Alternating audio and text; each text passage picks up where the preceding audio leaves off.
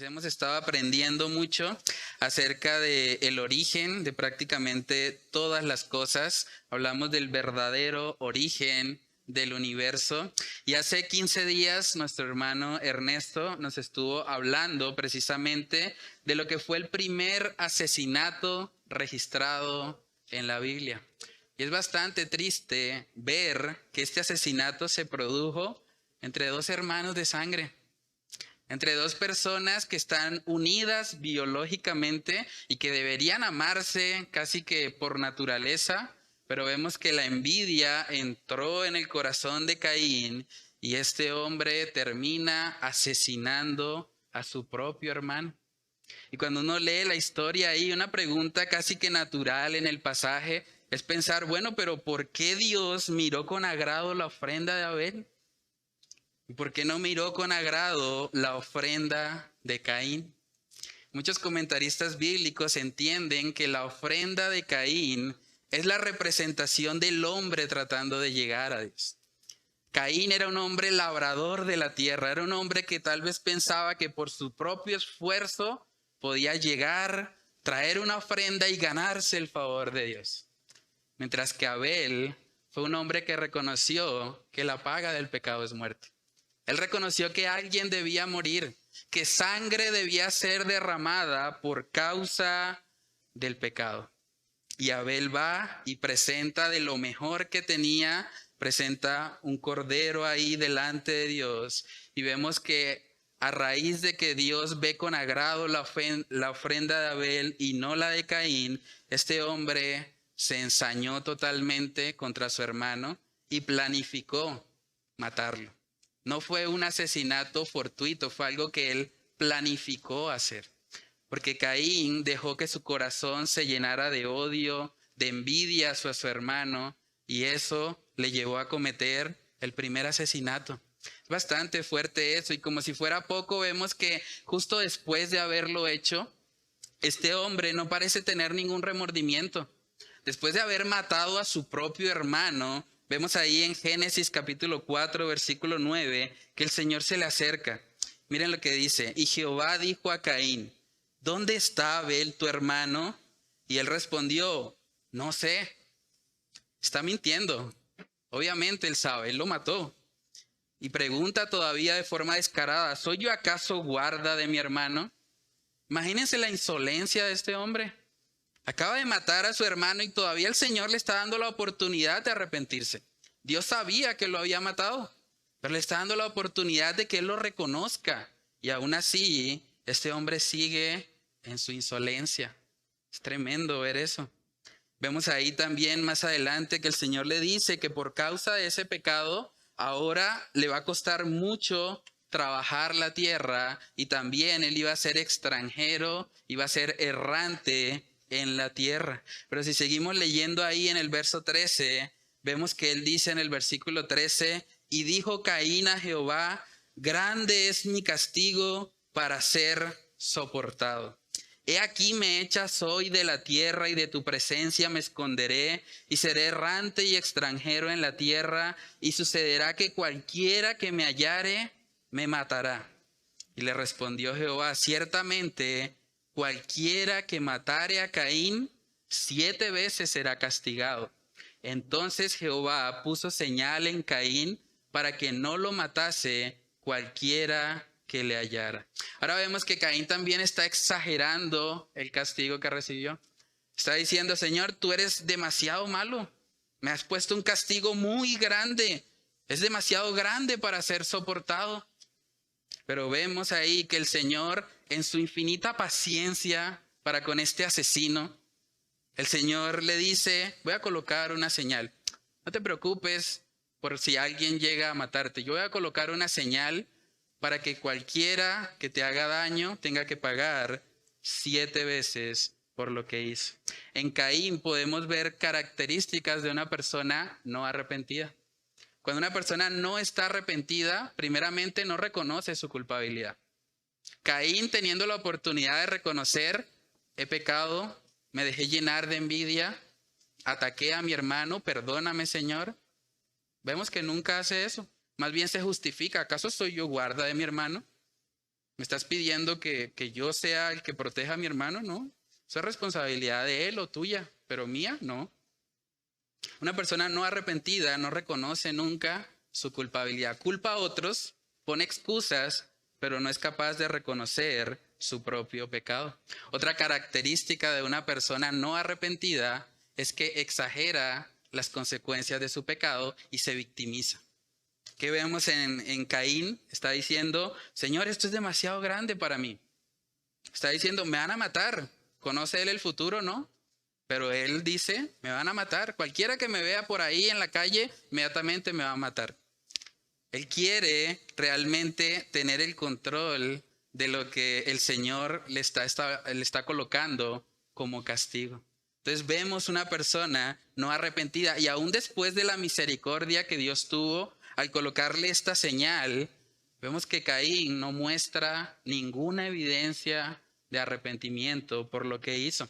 Seguimos leyendo ahí en Génesis capítulo 4, vamos a leer del versículo 16 hasta el final del capítulo y comenzamos este tiempo con oración. Dice ahí, salió pues Caín delante de Jehová y habitó en tierra de Nod, al oriente de Edén, y conoció Caín a su mujer, la cual concibió y dio a luz a Enoc, y edificó una ciudad y llamó el nombre de la ciudad del nombre de su hijo Enoc. Y a Enoc le nació Irad, e Irad engendró a Mehujael, y Mehujael engendró a Metusael, y Metusael engendró a Lamec.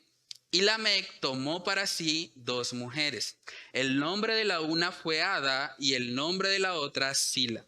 Y Ada dio a luz a Jabal, el cual fue padre de los que habitan en tiendas y crían ganados, y el nombre de su hermano fue Jubal, el cual fue padre de todos los que tocan arpa y flauta. Y Sila también dio a luz a Tubal-Caín, artífice de toda obra de bronce y de hierro. Y la hermana de Tubal-Caín fue Naama, y dijo Lamec a sus mujeres, Ada y Sila, oíd mi voz, mujeres de Lamec, escuchad mi dicho, que un hombre matare por mi herida y un joven por mi golpe, si 7 veces será vengado Caín, Lamec en verdad 70 veces 7 lo será. Y aconteció de nuevo Adán a su mujer, la cual dio a luz, y conoció de nuevo Adán a su mujer, la cual dio a luz un hijo, y llamó su nombre Set. Porque Dios, dijo ella, me ha sustituido otro hijo en lugar de Abel, a quien mató Caín. Y a Set también le nació un hijo, y llamó su nombre Enos. Entonces los hombres comenzaron a invocar el nombre de Jehová. Vamos a orar para pedir la dirección del Señor. Padre, queremos que seas tú, Dios, a través de tu palabra, permitiéndonos comprender este pasaje, permitiéndonos aplicarlo a nuestra vida, Señor. Oramos para que tú obres, Señor, redarguyendo nuestro entendimiento. Ayúdanos a ser renovados por tu palabra, para que podamos vivir, Señor, conforme a tu buena, agradable y perfecta voluntad.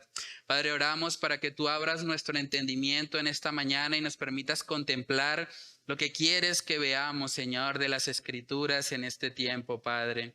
Oramos para que solo tú, Señor, seas exaltado por medio de la exposición de tu palabra. Te lo pedimos, Señor, en el nombre de Cristo Jesús. Amén y amén. Bueno, hermanos, entonces podemos ver ahí en Caín que justo después de que el Señor le extiende esta misericordia, él sigue con una actitud de rebeldía. Por eso el primer punto que vamos a ver en esta mañana es la rebeldía de Caín. Dios le había dicho a Caín en Génesis 4:12 que él iba a ser un errante. Génesis 4:12 dice, cuando labres la tierra, no te volverá a dar su fuerza. Errante y extranjero serás en la tierra. Caín debía ser un extranjero permanente. ¿Y qué hizo este hombre? Dijo, no, yo voy a establecer una ciudad. Errante, yo no, citadino voy a ser. Y vemos ahí en Génesis capítulo 4, versículo 16, que dice, salió pues Caín delante de Jehová y habitó en tierra de Nod, al oriente de Edén, y conoció a su mujer, la cual concibió y dio a luz a Enoc, y edificó una ciudad. O sea, el que debía ser un errante, dijo, no, yo voy a establecer una ciudad. Yo voy a estar en un solo sitio. No quiere asumir la consecuencia de su pecado. Y dice, y edificó una ciudad y llamó el nombre de la ciudad del nombre de su hijo Enoc. Vemos que Caín sigue pensando en sí mismo. Esta ciudad que yo he edificado va a perpetuar mi linaje.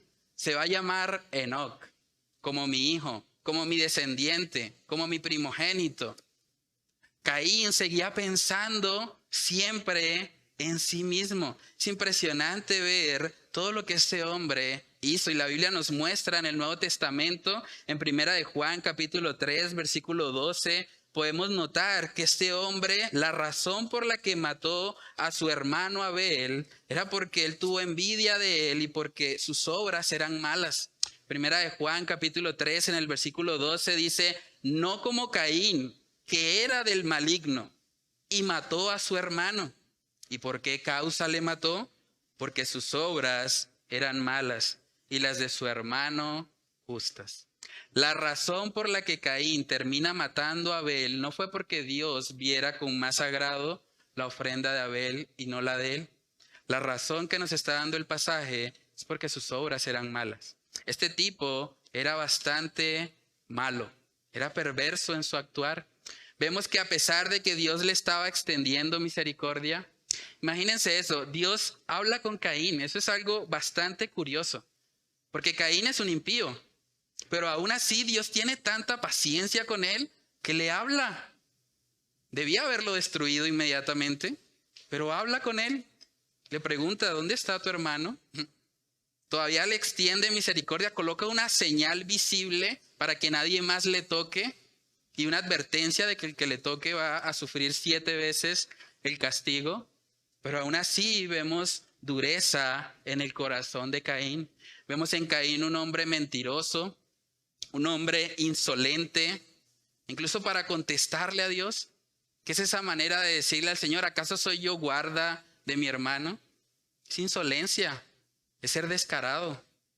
Vemos en Caín un hombre que además no reconoce su culpabilidad, un hombre que todo el tiempo está poniendo excusas, un hombre que también hace caso omiso de las consecuencias. Cuando Dios le dijo que iba a ser un errante, él dijo, no, voy a establecer una ciudad y le voy a poner el nombre de mi hijo. Un hombre que también exagera, que se victimiza, dice cosas como, es demasiado, Señor, tú eres demasiado malo, este castigo es demasiado grande para que yo lo soporte.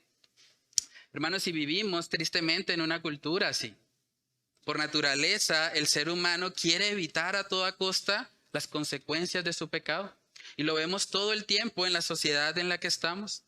Hay mujeres que quedan embarazadas como consecuencia de sus actos y dicen, no, yo voy a abortar.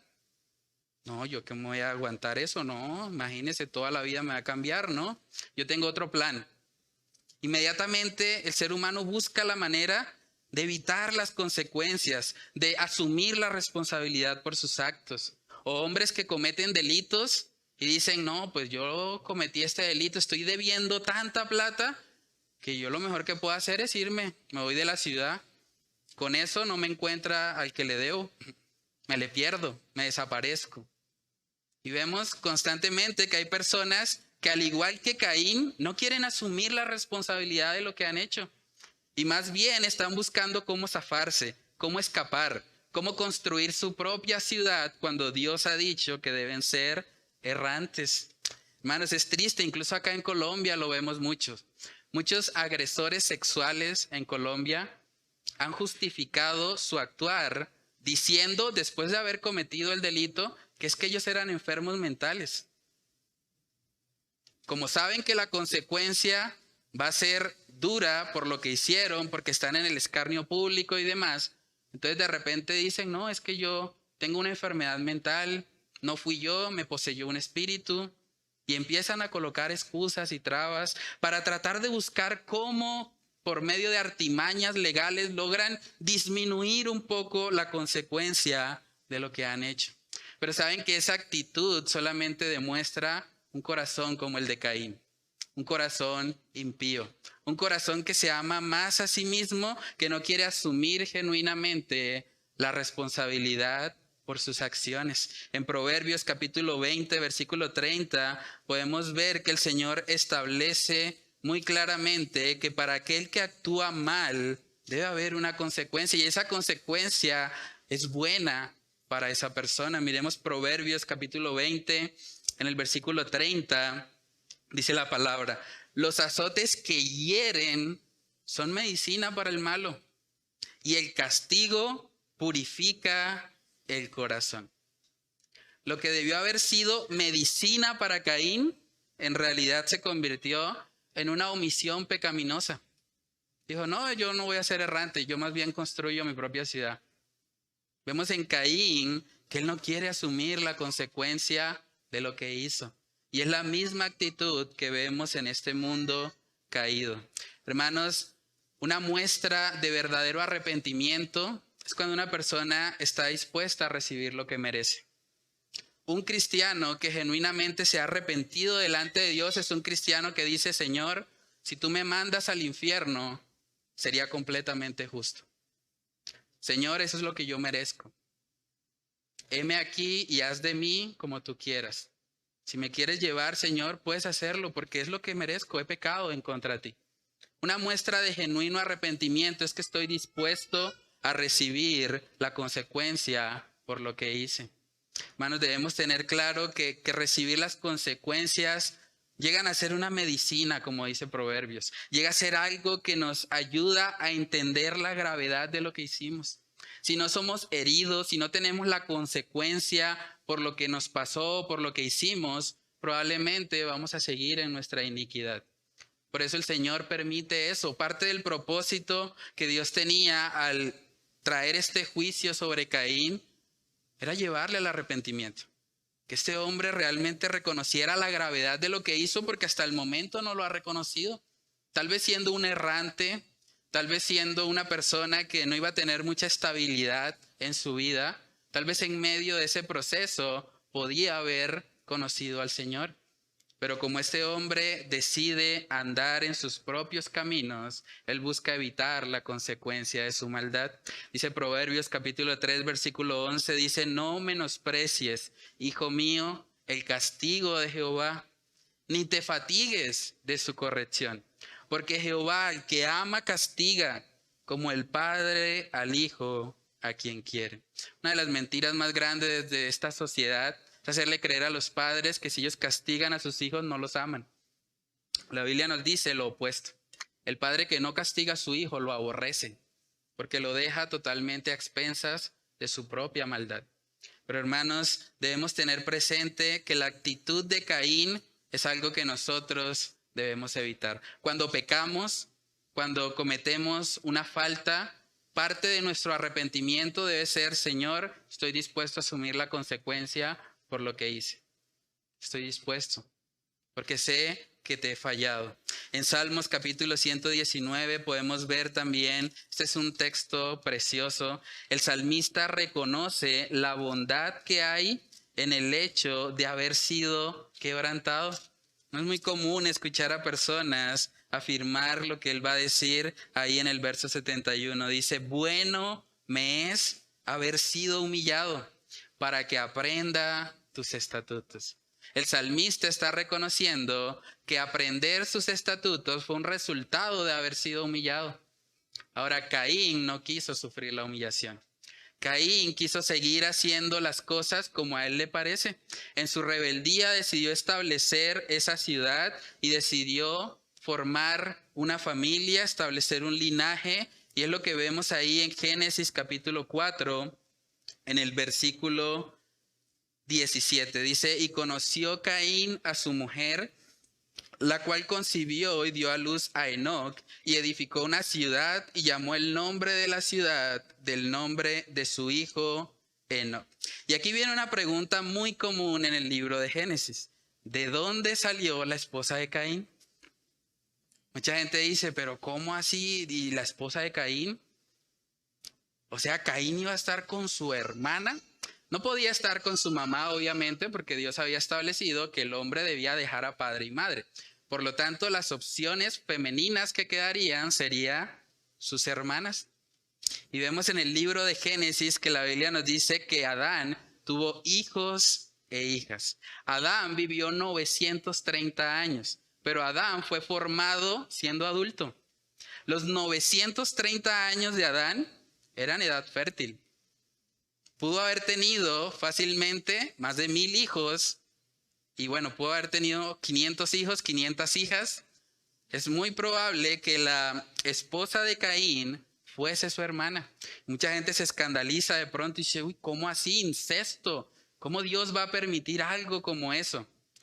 ¿Saben que la única forma en que podemos obtener una descendencia de un ancestro común es que haya mezclas entre la propia parentela?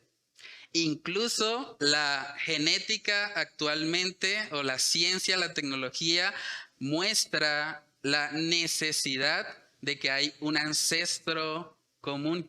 Desde el principio vemos que ellos tenían un mandato, ¿cierto? El mandato está en Génesis capítulo 1, el mandato que Dios le da a Adán, y es que ellos debían llenar la tierra.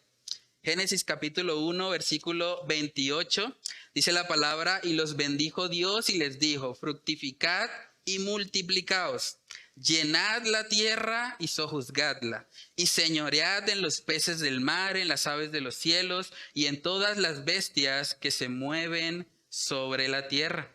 Entonces, Génesis 1:28, ellos tenían este mandato. Saben que en los últimos estudios de la genética moderna se concluye que hay una necesidad de un Adán cromosómico y de una Eva mitocondrial. Es un estudio bastante interesante para hacer porque en términos genéticos, para rastrear el linaje de los hombres se utiliza el cromosoma Y, que es característico del sexo masculino. Y para rastrear el linaje femenino se utiliza las mitocondrias. Por eso se habla de un ADN mitocondrial. Ahora, los estudios son independientes, pero lo interesante es que la genética moderna ha llegado a la conclusión de que el Adán cromosómico con la Eva mitocondrial debieron haber existido en una misma etapa de tiempo. Esa etapa de tiempo, según ellos dicen, correspondería a cerca de miles de años, desmintiendo la teoría de los fósiles que dice que el ser humano tiene millones de años. Bastante curioso. Ya casi están llegando a la verdad de la Biblia. Yo imagino a los científicos cuando estén allá entrando en el cielo, diciendo, gastamos 2000 años tratando de entender todo esto y estaba escrito, estaba en la Biblia. El Señor lo había ya establecido así. Adán y Eva fueron esos ancestros comunes. Ese Adán cromosómico y esa Eva mitocondrial están descritos acá. Por eso es importante que nosotros podamos filtrar lo que estamos escuchando. Los que están de pronto en el colegio, en la universidad, no traguen entero. Especialmente en las clases de ciencia y de biología. Hay muchas cosas que el enemigo ha tratado de distorsionar con la falsamente llamada ciencia, pero la Biblia es perfectamente coherente con la ciencia moderna. No hay ninguna contradicción. Podemos ver a lo largo de la historia humana que hay una necesidad de que haya un ancestro común para todas las especies. Y ese ancestro común o esos ancestros comunes eran Adán y Eva. La segunda razón también por la que no hay ningún problema en que haya una relación sexual entre hermanos, entre Caín y su esposa, es precisamente que ellos tenían una genética privilegiada. Hablamos también hace poco acerca de que las personas en el libro de Génesis vivían 800, 900 años. Mucha gente también cuando ve eso dice, uy, eso la Biblia es pura mentiras. ¿Quién va a vivir 900 años? ¡Qué exageración! Pero saben que cuando nosotros nos vamos a la palabra y la escudriñamos, podemos ver muy claramente las razones de esto. Génesis capítulo 1, verso 7 dice, e hizo Dios la expansión y separó las aguas que estaban debajo de la expansión de las aguas que estaban sobre la expansión. Y fue así. Esta agua que estaba sobre la expansión era una agua que estaba sobre la superficie terrestre y que protegía al ser humano de la radiación electromagnética. Saben que una de las razones por las cuales estamos envejeciendo es porque aquí donde estamos siendo bombardeados por diferentes tipos de radiación electromagnética. Rayos gamma, rayos alfa. Esos rayos están afectando nuestro ADN, nuestras células, puntualmente los telómeros, y esos telómeros van disminuyendo su longitud y eso va haciendo que cuando la célula se reproduce, pues sea cada vez menos efectiva. Otra consecuencia de tener una capa de agua protegiendo toda la tierra es que había una alta concentración de oxígeno.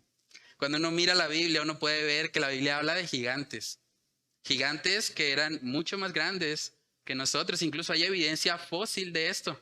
Y uno dice, ¿cómo puede un ser humano medir más de 3 metros? Sí, sí puede. Porque la concentración de oxígeno era tan alta porque estaba protegido. Era una especie de invernadero mundial donde la alta concentración de oxígeno permitía que las personas crecieran mucho más. Por eso vemos los fósiles de dinosaurios son enormes. Claro, vivieron en una cultura prediluviana. Cuando nosotros estudiamos la Biblia, hermanos, podemos darnos cuenta que no hay ninguna contradicción con lo que es la ciencia actual.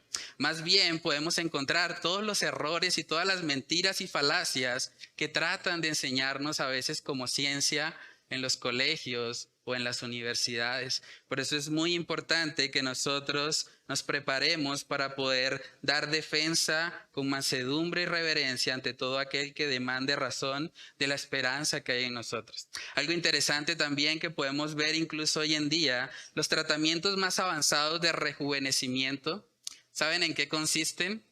En meter a las personas en una especie de cámara hiperbárica. Ustedes pueden googlearlo, se van a dar cuenta. Las personas que tienen más dinero en el mundo, Cristiano Ronaldo, tal vez, algunos de los más famosos, hoy en día para perpetuar su juventud, para mantenerse bien en términos de su rendimiento y su desempeño físico, entran en una cámara hiperbárica. ¿Qué es una cámara hiperbárica? Básicamente es un lugar donde hay una alta concentración de oxígeno. Y esa alta concentración de oxígeno ayuda a rejuvenecer sus células y les ayuda a permanecer en una mejor condición física. Ahora imagínense estar en una cámara hiperbárica por siempre. No hay que pagar millones de dólares, sino que es gratis. Ese era el mundo prediluviano.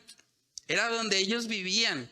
Y por eso su genética era privilegiada. Esa genética privilegiada permitía que entre hermanos pudiesen tener relaciones y no iba a haber ninguna afectación genética. Estamos hablando de la primera generación de seres humanos, los que estuvieron más cerca al diseño original del Señor. Por supuesto que no iba a haber una afectación. Hoy en día sabemos muy claramente que las relaciones incestuosas tienen un alto riesgo, una alta probabilidad de generar afectaciones genéticas, tumores y demás. Pero eso ha venido como consecuencia del pecado. Somos una generación que está muy alejada de lo que fue el diseño original del Señor. Incluso en el libro de Génesis, después del diluvio, podemos ver que el Señor permitió una relación entre hermanos. No sé si ustedes saben, pero Abraham y Sara eran medios hermanos. Miremos Génesis capítulo 20. Génesis capítulo 20, versículos del 10 al 12, justo después de que Abraham mintiera delante del rey para tratar de salvar su vida, vemos ahí en el verso 10 que dice lo siguiente. Dijo también Abimelec a Abraham, ¿qué pensabas para que hicieses esto? Y Abraham respondió, porque dije para mí, ciertamente no hay temor de Dios en este lugar, y me matarán por causa de mi mujer, y a la verdad también es mi hermana. Miren lo que dice, hija de mi padre, mas no hija de mi madre. Y la tomé por mujer. Aún en los tiempos abrahámicos, Dios permitió que hubiese ese tipo de relación. Ahora, más adelante, con el paso del tiempo, con el deterioro del ADN por causa del pecado, podemos ver que el Señor establece en el libro de Levítico que las relaciones incestuosas están prohibidas. Y para hoy también es algo que debemos aplicar. No debemos entrar en relaciones incestuosas. Hay que recordar que el hecho de que Dios nos muestre algo en la Biblia no quiere decir que Dios apruebe todo. Esto es muy importante porque en el libro de Génesis vamos a estar viendo que en numerosas oportunidades aparecen cosas que van en contra de lo que Dios ha establecido en el Nuevo Testamento. Pero eso lo permite el Señor para que nosotros también aprendamos de esos errores. Vemos Levítico capítulo 18, versículos del 6 al 11. Vemos que ahí dice muy claramente, ningún varón se llegue a parienta próxima alguna. O sea, lo que pasaba en el libro de Génesis ya no está permitido. Para descubrir su desnudez, yo Jehová. Y miren lo que dice, la desnudez de tu padre o la desnudez de tu madre no descubrirás. Tu madre es, no descubrirás su desnudez. La desnudez de la mujer de tu padre no descubrirás. Es la desnudez de tu padre. La desnudez de tu hermana, hija de tu padre o hija de tu madre, nacida en casa o nacida fuera, su desnudez no descubrirás. La relación entre Abraham y Sara no hubiese sido posible en el tiempo levítico. Dice en el verso 9, la desnudez de tu hermana, hija de tu padre o hijo de tu madre, nacida en casa o nacida fuera, su desnudez no descubrirás. La desnudez de la hija de tu hijo o la hija de tu hija, su desnudez no descubrirás, porque es la desnudez tuya. La desnudez de la hija de la mujer de tu padre, engendrada de tu padre, tu hermana es. Su desnudez no descubrirás. Entonces vemos que con el paso del tiempo, el Señor empieza a legislar esto y a decir, bueno, ya no más. Ya esto no va a ser más permitido. Su ADN ha sido tan dañado que ahora es peligroso que ustedes tengan este tipo de uniones. Entonces lo voy a prohibir en mi ley. Otra cosa que vemos aquí en el libro de Génesis que el Señor permitió pero no aprobó es la bigamia. Vemos al primer hombre que tuvo 2 esposas. ¿Era parte del diseño de Dios? No. Pero este hombre lo hizo también en rebeldía y en una actitud prepotente delante del Señor. Miremos Génesis capítulo 4, versículo 19, dice, y Lamec tomó para sí 2 mujeres. El nombre de la una fue Ada y el nombre de la otra Sila. Y Ada dio a luz a Jabal, el cual fue padre de los que habitan en tiendas y crían ganados. Y el nombre de su hermano fue Jubal, el cual fue padre de todos los que tocan arpa y flauta. Y Sila también dio a luz a Tubal-Caín, artífice de toda obra de bronce y de hierro. Y la hermana de Tubal-Caín fue Naama.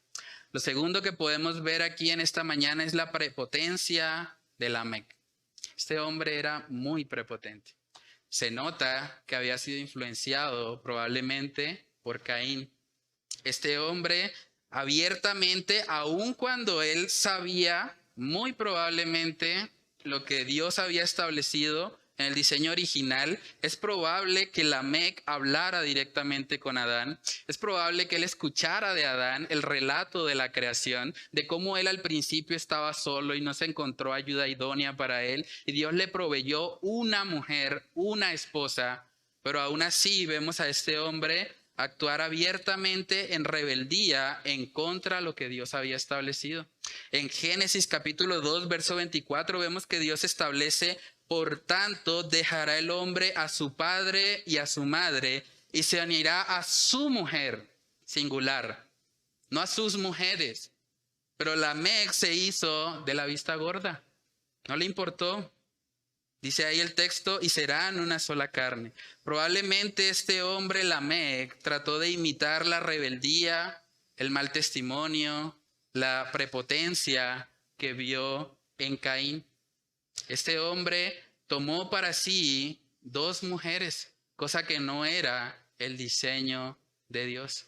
Y las consecuencias las podemos ver ahí mismo. Este hombre estaba lleno de jactancia. Probablemente estaba pensando, yo tengo 2 mujeres, soy superior a los demás. Pero no se daba cuenta que solamente estaba mostrando la debilidad de su carácter. No era capaz de controlar sus propios impulsos y no era capaz de amar a una sola mujer para toda la vida. Un hombre que se cree fuerte, pero que en realidad es un debilucho. Dice Génesis capítulo 2, verso 23. Y dijo Lamec a sus mujeres, miren la prepotencia de este hombre, dijo, Ada y Sila, oíd mi voz. Está hablando a sus 2 esposas. Mujeres de Lamec, escuchad mi dicho, que un varón matare por mi herida y un joven por mi golpe. Si 7 veces será vengado Caín, Lamec en verdad 70 veces 7 lo será. ¿De dónde sacó él esta idea? ¿Cómo supo él que Caín, el castigo para Caín o la protección de Dios para Caín era que si alguien le hacía daño recibiría 7 veces el daño que le hizo. Probablemente lo habló con Caín. Lamec era el séptimo de la generación de Caín, del linaje de Caín. Pero estamos hablando de personas que vivían 900 años. Personas que perfectamente podían tener una amistad por más de 500, 600 años de diferencia. Era completamente plausible. Y podemos ver aquí que Lamec, en su jactancia, nótese que no fue Dios esta vez el que dijo eso. Cuando hablamos de lo que pasó con Caín, fue el Señor el que dijo que cualquiera que matare a Caín 7 veces será castigado. Pero este hombre, él mismo en su jactancia le dice a sus 2 mujeres, si alguien me toca, cuando yo mate a otro, cuando golpee a un joven, ese 70 veces 7 será castigado. ¿Y por qué? Porque lo dice Lamec. No lo dijo el Señor. Vemos en Lamec una actitud de prepotencia. Un hombre que estaba completamente apartado del Señor. Un hombre que no le conocía. Y sus actos así lo evidencian. Un hombre que estuvo dispuesto a tener 2 mujeres. Se jactaba sobre ellas. Podemos ver las consecuencias del pecado, hermanos. Cuando un hombre no es de buen testimonio, no solamente se afecta a sí mismo. Afecta a su entorno. Esa idea de que yo puedo pecar tranquilo, es mi problema, es mi vida, es una mentira. Es su vida y de todos los que lo están viendo. Se tiene la responsabilidad delante de Dios de ser un buen testimonio. Ahora, Caín no lo fue y vemos que su linaje está evidenciando una conducta rebelde y perversa. Algo que llama la atención también de este pasaje es ver el desarrollo tan rápido que ellos tuvieron. Es impresionante eso. Estamos hablando de la primera generación de seres humanos y habla puntualmente de que ya tenían ganadería, ya habitaban en tiendas, o sea, ya no vivían a la intemperie, ya habían hecho sus tiendas, produjeron instrumentos musicales. ¿Quién les enseñó cómo era el arpa? Impresionante. Eran genios. La flauta, ¿quién les enseñó a tocarla? Es impresionante eso. Vemos también que dice que trabajaban el bronce, el hierro. Vemos ahí la metalurgia, la edad de bronce, aquí está. Impresionante. ¿Saben que una de las mentiras que trata de enseñarnos la evolución es que supuestamente nosotros somos la generación más evolucionada? Eso es mentiras. Esta gente era brillante. ¿Quién les enseñó todo eso? ¿Cómo llegaron a ser buenos músicos? Es impresionante. Tenían una habilidad sobrenatural dada por el Señor. ¿Saben que nosotros en vez de ser seres evolucionados, más bien somos involucionados? Por causa del pecado hemos venido deteriorándonos. Esta generación es menos inteligente. Aunque la gente dice, uy, ¿cómo ha avanzado la tecnología? Sí, la tecnología. Pero enséñele a un hijo lo que sabía su abuelo, lo que sabía su tatarabuelo. No saben hacer las mismas cosas. Estamos ante una generación que tiene mucho conocimiento superficial de muchas cosas, pero que desconoce los fundamentos. Y aquí podemos ver muy claramente que esta primera sociedad se basó en la agricultura y en la ganadería. El sector primario de la economía. ¿Recuerdan las clases de sociales? Aquí está. Aquí podemos hacer una clase de sociales. Podemos ver desde el principio, Dios está estableciendo y permitiendo que esta sociedad avanzara. Y era una sociedad bastante inteligente. En muy poco tiempo lograron desarrollar todo esto, cosas que al ser humano actual le tomarían años, le tomaría mucho tiempo lograr. Podemos ver que ellos pudieron hacerlo. Pero saben que a pesar de todos los desarrollos que podían tener, toda la tecnología, la inteligencia, el haber desarrollado la metalurgia, el haber sido creadores de sus propias carpas, de haber estado incluso practicando la música de forma excepcional, podemos ver que esta gente tenía un problema grande y es lo que nos comentaba nuestro hermano Yesida al principio. Si Jehová no edificare la casa, en vano trabajan los que la guardan. Sí, Caín en su rebeldía estableció una ciudad. Esa ciudad al parecer prosperó muy rápidamente. Al parecer lograron avanzar en la ganadería, lograron avanzar en la música. No es posible concebir una sociedad sin música. Los músicos dicen amén. Podemos ver realmente todo esto, pero de nada servía. De nada servía porque era una generación que había sacado a Dios de sus vidas.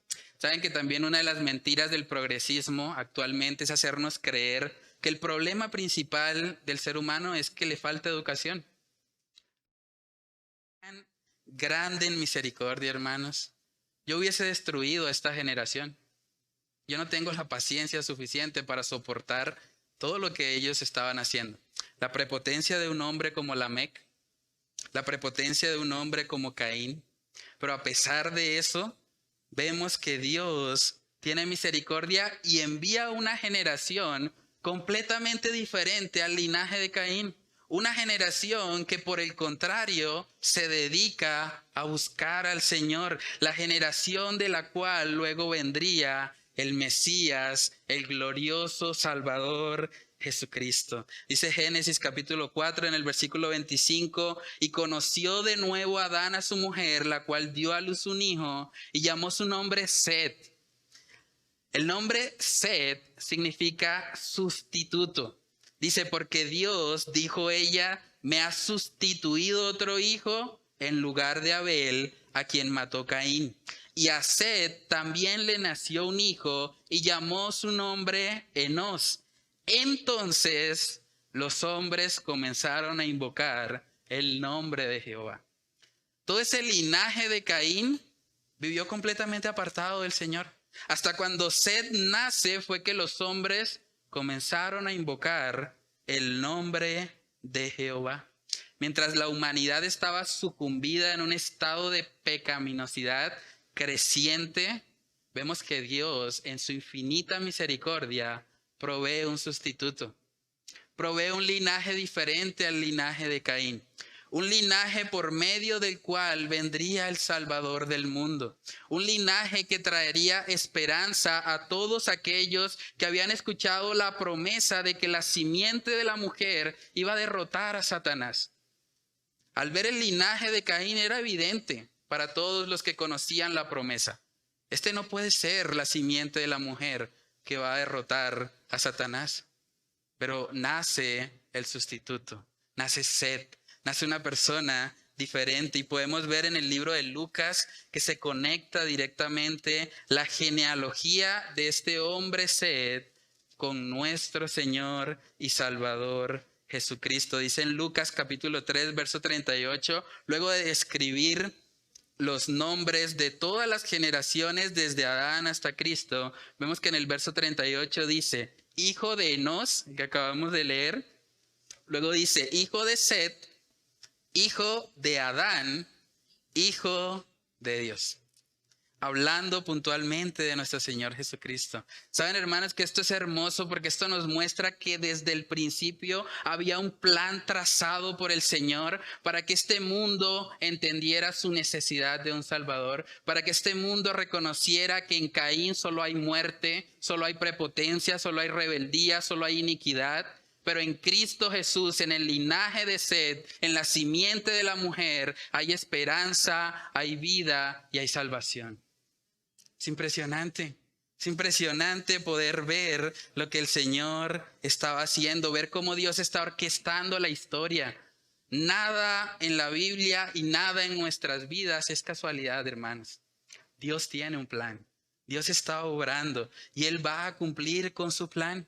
A pesar de la maldad, a pesar de la iniquidad del linaje de Caín, vemos que Dios se glorifica. Dios manda al sustituto. Dios manda a aquel que iba a llevar al pueblo, a la nación en ese momento, a la ciudad que había establecido Caín, a invocar el nombre de Jehová. ¿Saben que como cristianos nosotros tenemos una responsabilidad semejante? Nosotros vivimos en un mundo no muy diferente al linaje de Caín. Vivimos en un mundo donde está lleno de mentiras, está lleno de gente prepotente, gente que no quiere reconocer a Dios en su vida, que quiere hacer las cosas como le parece, que no quiere asumir las consecuencias de su pecado. Vemos lo mismo hoy en día. Pero Dios manda a los cristianos, a los que somos del linaje de Cristo, a que vivamos de una vida diferente, de una manera diferente en medio de una generación maligna y perversa. Dice Filipenses capítulo 2, verso 14, haced todo sin murmuraciones y contiendas, para que seáis irreprensibles y sencillos, hijos de Dios sin mancha, en medio de una generación maligna y perversa, en medio de la cual resplandecéis como luminares en el mundo. Es impresionante eso. No dice, ustedes van a ser hijos de Dios sin mancha en la iglesia, o hijos de Dios sin mancha en sus lugares de trabajo, ¿no? Habla puntualmente de una generación maligna y perversa. En medio de esa generación, los hijos de Dios, aquellos que le pertenecen a Cristo, van a brillar. Van a ser luminares de este mundo. Van a mostrar que hay un camino diferente al que plantea el linaje de Caín, al que plantea esta sociedad perversa y corrupta. La pregunta es, ¿cómo vamos con eso? ¿Cómo vamos con eso? Tú eres un cristiano, tú eres alguien que se identifica con el Señor. Tú debes vivir como un luminar de este mundo. Tú no debes vivir igual que el linaje de Caín. Tú no debes vivir igual que como aquellos que niegan al Señor, que actúan con prepotencia, con soberbia. Tú deberías vivir como un luminar de este mundo, como alguien que marca la diferencia en su actuar. La pregunta es, ¿estás siendo influenciado por las tinieblas o estás más bien llevando la luz de Cristo a ellas? Debemos examinarnos en eso. ¿Cómo está nuestro caminar con el Señor? Ayer justamente hablábamos en la escuela de padres de la guerra de influencias. Es una realidad. Estamos en una guerra. Como cristianos, estamos en una guerra. Y nuestra pasividad implica el avance del enemigo. Si usted es pasivo en su caminar espiritual, usted le está dando terreno al enemigo. Porque hay una guerra. La Biblia nos habla de una guerra espiritual. Hablamos de una guerra de influencias, las redes sociales y demás. Pero ¿quién controla todo eso? El mundo entero, dice Primera de Juan, está bajo el maligno. El maligno está cegando el entendimiento de las personas, haciéndole creer sus mentiras para que vayan o caminen alejados de la voluntad de Dios. Y en ese contexto, los cristianos estamos llamados a hacer luz, a brillar como luminares de este mundo. La pregunta es, ¿cómo vas con eso? ¿Saben que no existe la neutralidad? Hablábamos ayer justamente sobre eso. Hay gente que dice, no, pues yo no le voy a hablar a mi hijo acerca de Dios porque yo voy a dejar que él decida. Eso no existe. Si usted no le dice qué creer, las redes sociales sí le van a decir qué creer. El Instagram, el Facebook, el TikTok, eso va a influenciar la vida de su hijo. No existe la neutralidad. Si nosotros no vamos activamente en contra a Satanás, en contra a sus mentiras, Satanás va a avanzar. Cristo mismo dijo, el que no es conmigo, contra mí es. No hay neutralidad ahí, o estás con Cristo o estás contra Él. No puedes estar en un punto medio. Por eso es importante que nosotros nos preparemos y que nosotros en medio de esta cultura maligna y perversa podamos ser una luz.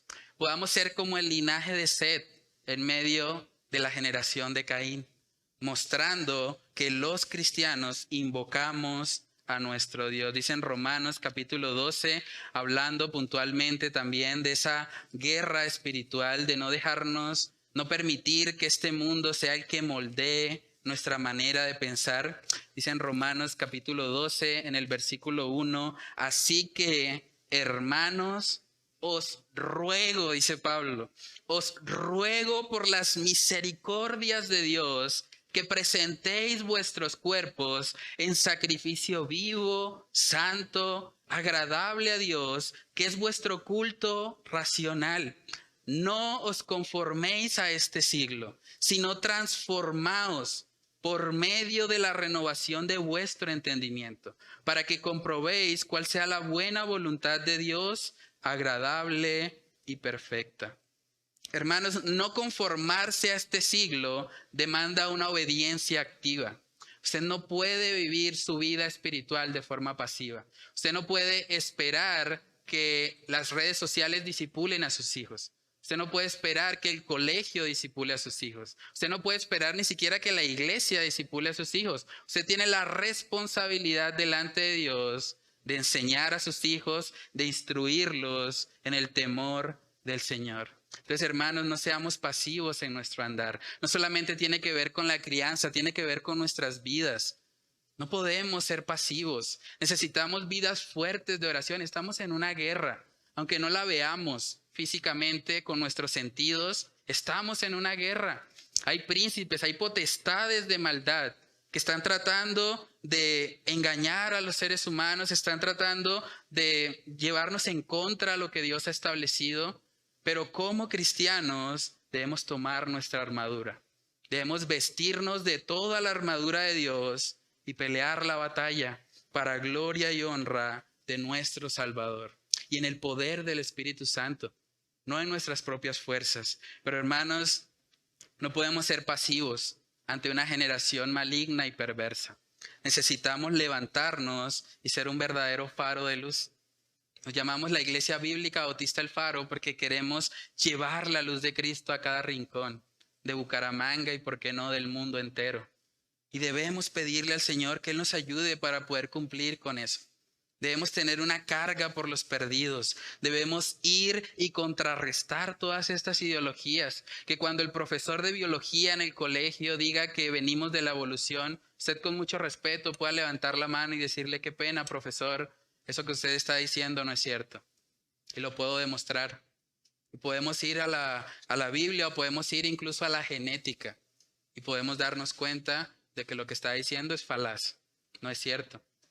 Que cuando el profesor universitario que se jacta de ser ateo, que cree que está por encima de los demás, se dé cuenta que hay un cristiano racional, que hay alguien que puede defender con sabiduría y mansedumbre lo que Dios ha establecido, realmente pueda ser impactado.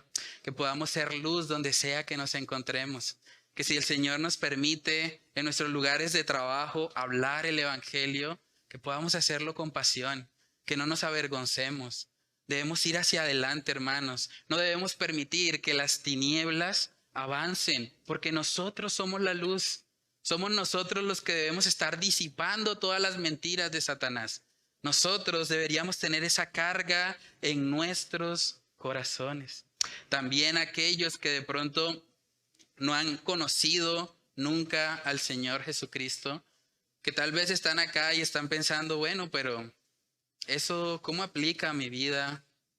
¿O ese mensaje qué tiene que ver conmigo hoy? Bueno, déjame decirte, si ese es tu caso, que tú eres un rebelde como Caín. Si tú estás hoy aquí y eres un ser humano, es porque has pecado. Y el pecado no es otra cosa más que rebeldía en contra de Dios. Es rebeldía en contra de la ley que Él ha establecido. Déjame decirte también, tú eres un prepotente como Lamec. Así como Lamec pensaba: yo tengo el derecho de decir el castigo que merece el que me toque a mí. De la misma manera, si tú has estado viviendo tu vida sin tener en cuenta a Dios, es como si le estuvieras diciendo: ¿sabes qué, Señor? A mí no me importa lo que tú has establecido en tu palabra, yo lo hago a mi manera. Yo puedo hacerlo como mejor me parece. Es lo mismo. Si tú estás aquí hoy, tú eres una persona que ha pecado delante de Dios. Dice en Romanos capítulo 3, Romanos 3:23, dice: por cuanto todos pecaron y están destituidos de la gloria de Dios. La noticia para ti hoy es que eres un vil pecador. No eres muy diferente a Caín. No eres muy diferente a Lamec. Por eso lo que tú necesitas con urgencia hoy es reconocer a Cristo como tu Salvador. Necesitas arrepentirte de tu pecado. Necesitas dejar de pensar que puedes hacerlo a tu manera, que no van a haber consecuencias, que puedes construir tu propia ciudad como Caín y que puedes evitar la consecuencia de tu pecado. No, es una mentira. Despierta. Si sigues así, vas a ir rumbo al infierno. Vas a despertar un día y te vas a dar cuenta que todo lo que hiciste en esta vida no fue más que ir en contra a tu Creador. Por eso el llamado que nos hace hoy la Escritura es que reconozcamos nuestra condición. Sed no era un hombre perfecto, pero Sed era un hombre arrepentido. Era un hombre que reconoció al Señor, reconoció que necesitaba a alguien que le rescatase de su condición de pecado. En el libro de Efesios capítulo 1, versículo 13, vemos que dice ahí, hablando de Cristo, en Él también vosotros, habiendo oído la palabra de verdad, el evangelio de vuestra salvación, y habiendo creído en Él, fuisteis sellados con el Espíritu Santo de la promesa. Nótese que dice, habiendo oído la palabra de verdad, el evangelio de vuestra salvación, y habiendo creído en Él. No basta solo con oír. Usted puede escuchar aquí domingo tras domingo que usted es un pecador, que necesita a Cristo, pero si usted no se arrepiente, si usted no cree genuinamente en el Señor, de nada sirve. Por eso yo le animo y le exhorto en esta mañana, arrepiéntase. No viva más en la prepotencia de Lamec. No viva más en la rebeldía de Caín. Reconozca hoy que usted es un vil pecador y que necesita a Cristo. Necesita a la simiente de la mujer. Necesita a aquel que es el único que murió como sustituto por nuestros pecados. Al que no conoció pecado, dice la Biblia, por nosotros se hizo pecado. ¿Para qué? Para que nosotros fuésemos hechos justicia de Dios en Él. Hoy puede ser el día de salvación para ti. Arrepiéntete de tus pecados y ven a Él. Vamos a orar. Padre, te damos muchas gracias, Dios, por este pasaje de la Escritura que nos has permitido estudiar en esta mañana. Padre, gracias porque podemos ver en Caín, en Lamec, en toda esa generación que vivió en rebeldía en contra de ti. Podemos ver, Señor, lo que éramos nosotros. Éramos personas insolentes, descaradas, mentirosas, autosuficientes, llenas de prepotencia, de orgullo. Padre, pero un día, en medio de nuestra iniquidad, tú decidiste, Señor, abrir nuestros ojos. Un día tú nos amaste aún siendo tus enemigos, para que ahora, Señor, nosotros podamos vivir siendo parte de ese linaje de Set, de ese linaje de Cristo, de ese linaje que te reconoce a ti y que vive de una manera completamente diferente. Padre, oramos para que tú nos ayudes, Señor, a poder vivir como luminares en este mundo caído, Señor. Reconocemos que a nuestro alrededor solamente podemos ver maldad, iniquidad, personas que están cada día más alejadas de ti, Señor, cada día más llenas de prepotencia, de orgullo, de soberbia. Padre, ayúdanos a poder llevarles a estas personas la luz de Cristo. Ayúdanos a poder testificar no solo con nuestras palabras, sino también con nuestra conducta, que realmente somos tus hijos, que realmente hemos sido comprados por tu sangre, que hay un sustituto por nuestras almas, que es Cristo Jesús. Padre, yo te pido hoy, Señor, que si hay personas que han estado viviendo en contra de ti, que han estado viviendo en rebeldía, Señor, en contra de lo que tú has establecido en tu palabra, que están creyendo en su prepotencia, que no te necesitan, que pueden aplazar el arrepentimiento para después, para otro día. Padre, que tú les convenzas hoy. Que tu Espíritu Santo sea quitando de su mente cualquier argumento que se quiera levantar en contra del conocimiento tuyo y que seas tú quebrantando los corazones de piedra en esta mañana. Que seas tú permitiendo, Señor, que puedan venir humillados ante ti, reconociendo, Señor, que necesitan con urgencia de un Salvador. Que la vida eterna es real y que solamente a través de Cristo pueden encontrarla. Padre, oramos para que tú nos ayudes a poder vivir esto que estamos estudiando. No simplemente queremos hacer más grandes nuestras cabezas. Queremos que seas tú, Señor, ayudándonos a vivir esta preciosa verdad. Ayudándonos a vivir como ese linaje de Set, como esos que han sido rescatados por Cristo y que ahora tienen el llamado de vivir para Él.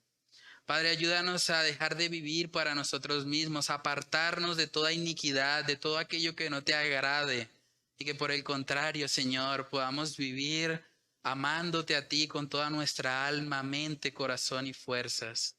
Padre, que seas tú ayudándonos a poner por obra lo que hemos estudiado en esta mañana. Te lo pedimos, Señor, en el nombre de tu Hijo amado Jesús.